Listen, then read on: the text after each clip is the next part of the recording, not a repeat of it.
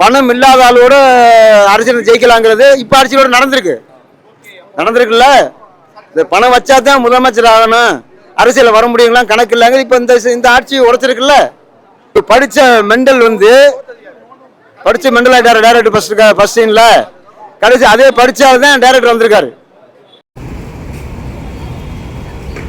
இல்லை அதான் இவங்க வந்து லாஸ்ட் 70 வருஷ அரசியலில் பேசியிருக்காங்க.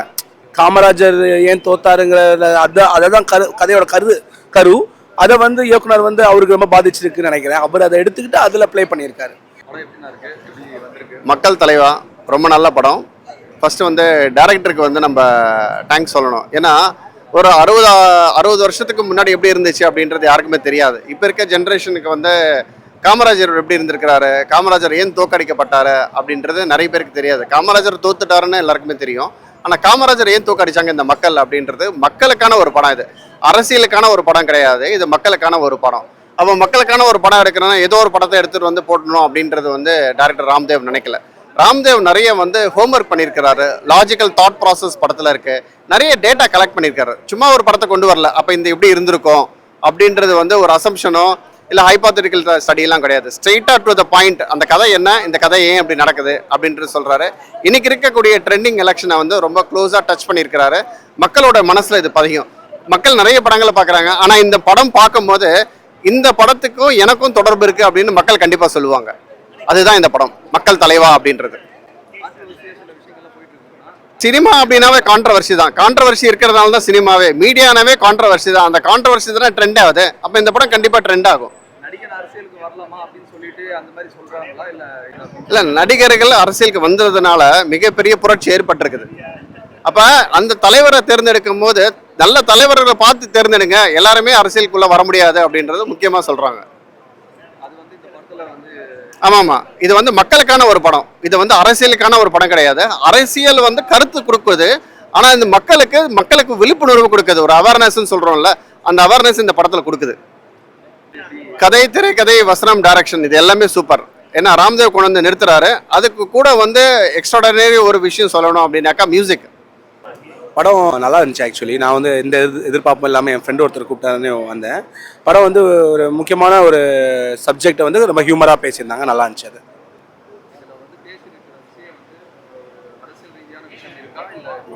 டெஃபினட்டாக படமே அரசியல் படம். உள்ள போஸ்ட்லாம் கூட பொலிட்டிக்கல் காமெடின்னு தான் போட்டு பண்ணாங்க. இப்போ டோட்டல் 70 வருஷ அரசியலையும் அவங்க கருத்தில் பேசியிருக்காங்க. மெயினாக வந்து ஓட்டுக்கு காசு வாங்காதீங்கிறது தான் அவரோட கருத்து. அதை ஹியூமரில் சொல்லியிருக்காரு. யதார்த்தமாக நடிச்சிருக்காங்க, நல்லா இருக்குது. புதுசு பழசுன்னு சொல்ல முடியாத அளவுக்கு புது ஆளுகளும் பழைய ஆளுகளும் ஒன்றா கரெக்டாக நடிச்சிருக்காங்க. படம் வந்து அரசியல் படம் தான், எல்லாரும் குடும்பத்தோடு பார்க்க வேண்டிய படம். இந்த படத்தில் ரவிமேரா சார் ஹீரோ நடிச்சிருக்காரு.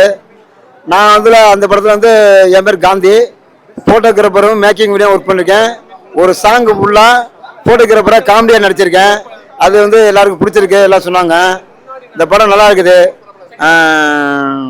எல்லாரும் தியேட்டர்ல வந்து பாருங்க. அந்த பழைய காமராஜர் காலத்திலேருந்து இந்த காலம் வரைக்கும் இந்த படம் பொருந்தும்.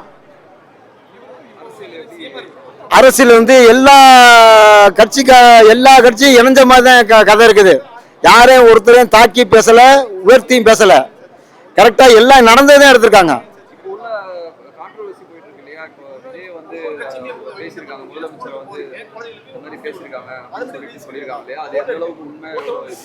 அதெல்லாம் வந்து இந்த விஜய் சார் வந்து முதலமைச்சர் ஆதரவுக்கு முன்னாடி இந்த கதை எடுத்தது.